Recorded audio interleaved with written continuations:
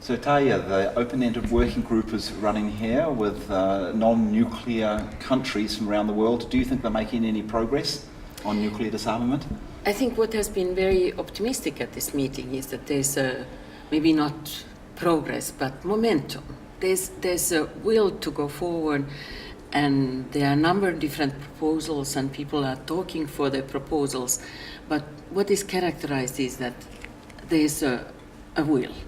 Of course, it's a problem that the nuclear weapon states are not present, and most of the people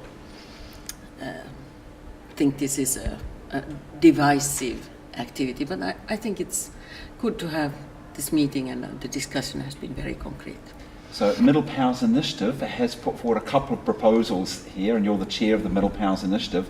One is on a framework agreement. Can you just explain briefly what that is and why that might be something that this group of countries might pick up? Well, there are a number of proposals. One is to ban nuclear weapons, and other is a convention for nuclear weapons, which are sort of legally binding documents to prohibit nuclear weapons, the use of it, and so forth. But a framework agreement is sort of a more flexible arrangement. It can combine political goals. They can be developed successively, so you don't have to agree everything at once. And then you can have legal procedures, so there are also legally binding requirements. I think the UN Climate Convention is the example for this, where countries come in and then agree on what they want to do, and then actually make a procedure so they actually do it. So hopefully, if there was something like this, negotiations on a framework agreement, we want nuclear armed states to participate, but we don't know if they will. Are there any ways of pushing the nuclear armed states on this? Well, I think the framework agreement would be one where it would be necessary for the nuclear armed states to be there. At least they could confirm their commitments according to the NPT, the Nuclear Non-Proliferation Treaty, which actually already today requires disarmament from the part of the nuclear weapon states. So this can be conformed, and then you can further develop codes. So I think there's a carrot for the nuclear weapon states to participate, while in the question of a ban or a convention which legally prohibits their possession of nuclear weapons, it would be more difficult.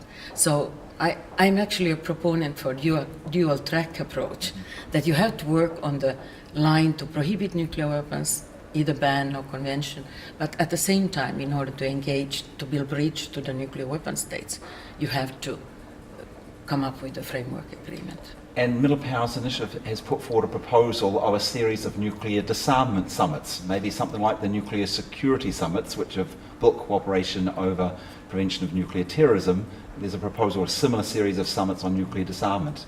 Yes, the problem is that in order to create political will among politicians, but also public awareness among citizens, you need something that attracts the attention of the high-level decision makers and attracts the attention of the media.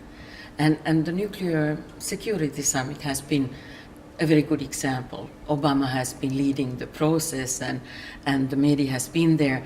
Nuclear security is quite a technical matter, so it shows that you can engage people and you can get attention awareness with these high-level meetings. But it requires that the heads of the state come. So the Middle Powers Initiative actually has suggested that we should have summits where the heads of states come. And our proposal is that you can have different kinds of summits within the UN or bilateral between Russia and the US, but actually that the group of states could take the initiative and lead the process. So that's quite a commitment, so it'd be difficult for ambassadors here to agree to that on behalf of their governments. This is something that Middle Powers Initiative will also take to the capitals?